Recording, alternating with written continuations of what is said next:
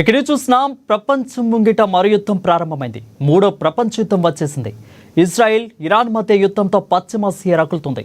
Iran Israel మధ్య యుద్ధం తీవ్రతరమైంది.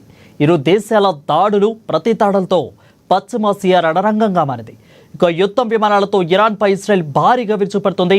అటు ఇజ్రాయెల్పై ఇరాన్ క్షిపణుల వర్షం కురిపిస్తుంది. పరస్పరం జరుగుతున్న దాడుల్లో రెండు వైపులా భారీ నష్టం సంభవించింది. అయితే ఇజ్రాయెల్ దాడుల్లో ఇరాన్ సుప్రీం లీడర్ ఖమైనీ సన్నిహిత సలహాదారుడు మరణించారు. అయితే ఇజ్రాయెల్లోని మొసాద్ కేంద్ర కార్యాలయంపై దాడి చేసిన ఇరాన్ డ్రోన్ల తయారీ యూనిట్ను ధ్వంసం చేసింది. ఇజ్రాయెల్ దాడులతో టెహ్రాన్లో భయానక పరిస్థితులు నెలకొన్నాయి.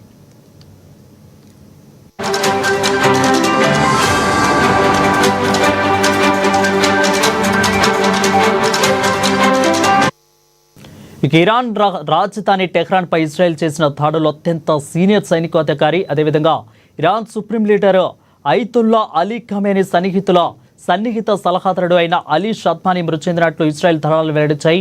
గతంలో ఇజ్రాయెల్ చేసిన దాడుల్లో సీనియర్ సైనికాధికారి అలీ రషీద్ మృతి చెందడంతో అలీ షద్మానీని ఇటీవల సాయుధ దళాలకు నూతన సహాయకుడిగా ఖమేనీ నియమించింది. ఇప్పటిదాకా ఇజ్రాయెల్ జరిపిన దాడుల్లో దాదాపు 244 మంది మరణించారు. ఇక 1277 మంది గాయపడ్డట్టుగా ధృవీకరించారు.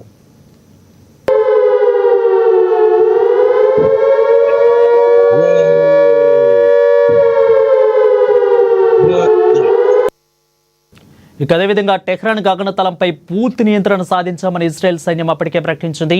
ఎప్పుడంటే అప్పుడు మేము తమ యుద్ధ విమానాలు ఇరాన్ రాజధానిపై దాడులు చేయగలమని పేర్కొంది. 120 క్షిపణ ప్రయోగ కేంద్రాలను ధ్వంసం చేశామని తెలిపింది. టెహ్రాన్ విమానాశ్రయం లక్ష్యంగా ఇజ్రాయెల్ దాడులు చేసింది. అక్కడున్న 2 F-14 యుద్ధ విమానాలను ధ్వంసమైనట్లుగా ఇజ్రాయెల్ ప్రకటించింది.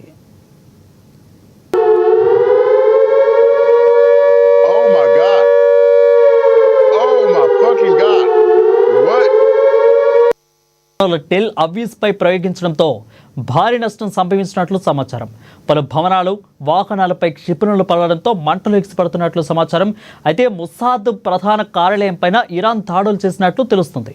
టెహ్రాన్లో మొసాద్ ఏర్పాటు చేసుకున్న డ్రోన్లు ఫ్యాక్టరీని ధ్వంసం చేసింది ఇజ్రాయెల్.